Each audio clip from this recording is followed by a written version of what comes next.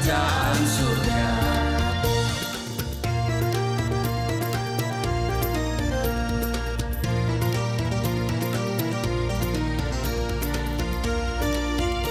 Shalom Bapak Ibu, sahabat Galilea, seluruh subscriber Galilea yang diberkati oleh Tuhan Yesus. Apa kabar hari ini? Saudara, mari kita bersaat teduh. Kita siapkan diri untuk membaca, merenungkan firman Tuhan sebelum kita masuki dunia kerja kita hari ini. Apapun kesibukanmu, percaya bahwa Tuhan selalu menyediakan yang terbaik bagi kita hari ini. Karena itu mari kita berikan yang terbaik, kita minta penyertaan, kita minta berkat Tuhan sebelum kita bekerja hari ini. Amin. Mari kita berdoa. Bapa Surgawi, Bapa dalam nama Tuhan Yesus, kami bersyukur atas kebaikan Tuhan yang telah membawa kami sampai pada hari ini. Kami akan masuki tugas dan kerja kami di hari ini. Kami akan masuki hari ini. Kami mohon penyertaan, perlindungan dan berkat daripadamu. Urapi kami ketika kami membaca merenungkan firman-Mu. Segala hal kuasa roh-roh yang mengganggu kami patahkan, hancurkan dalam nama Tuhan Yesus. Biarlah Engkau mengurapi seluruh perangkat IT yang kami gunakan dan signal di tempat kami masing-masing tetap stabil. Di dalam nama Tuhan Yesus, haleluya, amin. Saudara, Markus pasalnya yang kedua ayat 1 sampai dengan ayatnya yang ke-9, orang lumpuh disembuhkan. Kemudian sesudah lewat beberapa hari, waktu Yesus datang lagi ke Kapernaum, tersiarlah kabar bahwa ia ada di rumah. Maka datanglah orang-orang berkerumun sehingga tidak ada lagi tempat, bahkan di muka pintu pun tidak. Sementara ia memberitakan firman kepada mereka, ada orang-orang datang membawa kepadanya seorang lumpuh, digotong oleh 4 orang. Tetapi mereka tidak dapat membawanya kepadanya karena orang banyak itu. Lalu mereka membuka atap yang di atasnya. Sesudah terbuka mereka menurunkan tilam tempat orang lumpuh itu terbaring. Ketika Yesus melihat iman mereka, berkatalah ia kepada orang lumpuh itu, "Hai anakku, dosamu sudah diampuni." Tetapi di situ ada juga duduk beberapa ahli Taurat. Mereka berpikir dalam hatinya, "Mengapa orang ini berkata begitu? Ia menghujat Allah. Siapa yang dapat mengampuni dosa selain daripada Allah sendiri?" Tetapi Yesus segera mengetahui dalam hatinya bahwa mereka berpikir demikian. Lalu ia berkata kepada mereka, "Mengapa kamu berpikir begitu dalam hatimu?" Ayat 9, manakah lebih mudah mengatakan kepada orang lumpuh ini, "Dosamu sudah diampuni," atau mengatakan, "Bangunlah, angkatlah tilammu dan berjalanlah." Saudara, dewasa ini banyak orang akhirnya meninggalkan iman akan Kristus akibat perkembangan dunia yang semakin maju. Ilmu pengetahuan dan teologi menjadi unsur utama dari sebuah keputusan untuk meninggalkan iman akan Kristus. Saudara, kehadiran iptek, ilmu pengetahuan dan teknologi, sepertinya telah menggeser kedudukan iman dalam keselamatan manusia. Kepercayaan terhadap iptek menjadi prioritas daripada iman. Manusia yakin bahwa iptek mampu menyelamatkan hidup dari pelbagai persoalan. Firman Tuhan hari ini memberikan sebuah kesaksian yang kuat kepada saudara dan saya bahwa iman merupakan prioritas dalam tata keselamatan manusia. Ilmu pengetahuan dan teknologi adalah sebuah sarana, sekali lagi, hanya sebuah sarana untuk membantu manusia. Iptek tidak dapat dan mampu menggantikan posisi iman dalam keselamatan manusia. Hal ini ditunjukkan lewat peristiwa penyembuhan yang terjadi.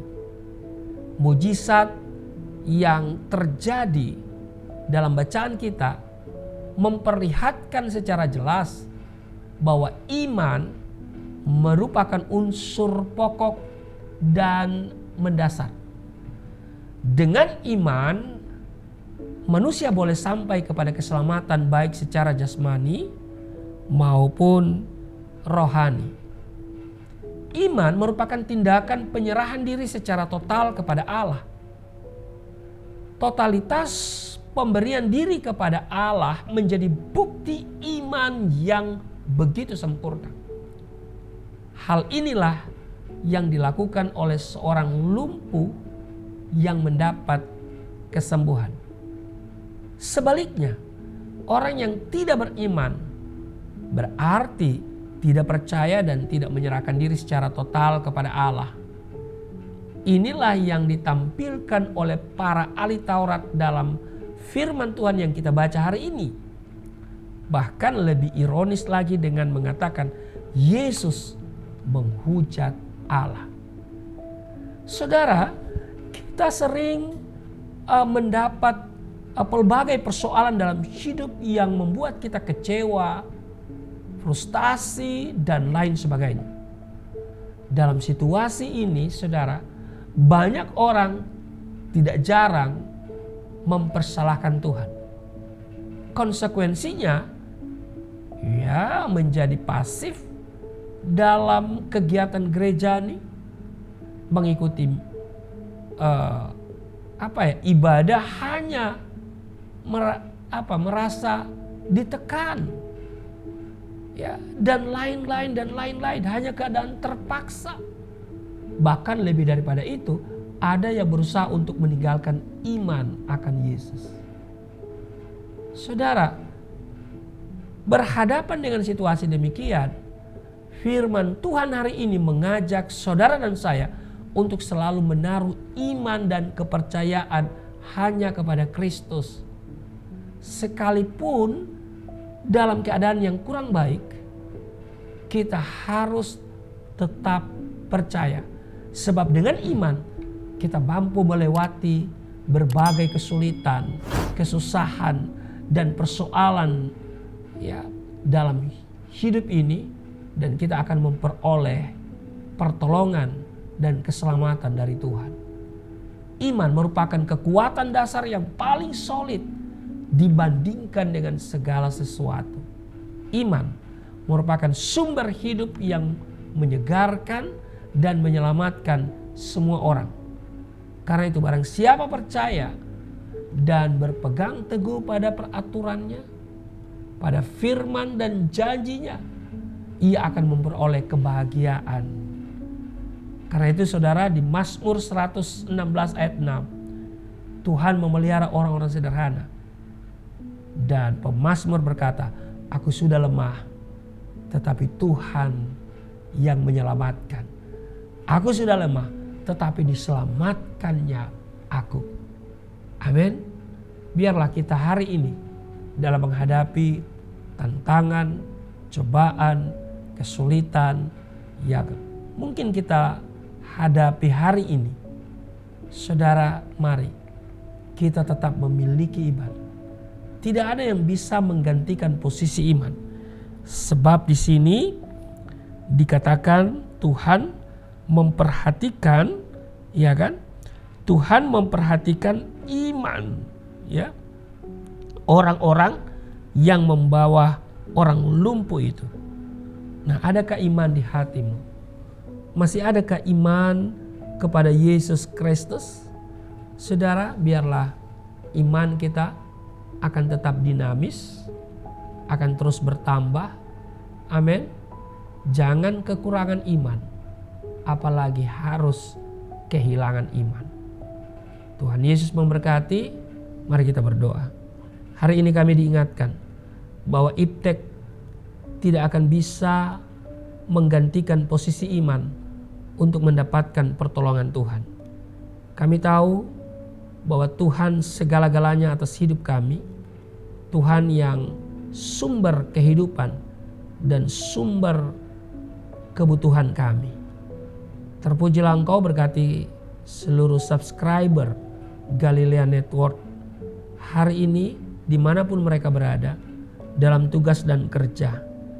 Yang sakit Tuhan sembuhkan, yang letih lesu berbeban berat diberikan kelegaan, yang terikat oleh dosa dilepaskan. Di dalam nama Yesus kami mengalami pemulihan. Kami diberkati hari ini karena penyertaan Tuhan sempurna bagi kami hari ini. Terpujilah Engkau di dalam nama Tuhan Yesus. Haleluya. Amin.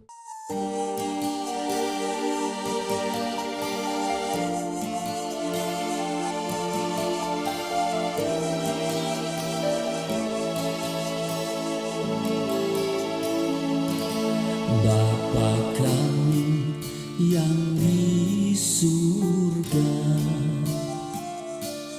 dimuliakanlah nama-Mu. Datanglah kerajaan, jadilah kehendak-Mu di bumi seperti di surga.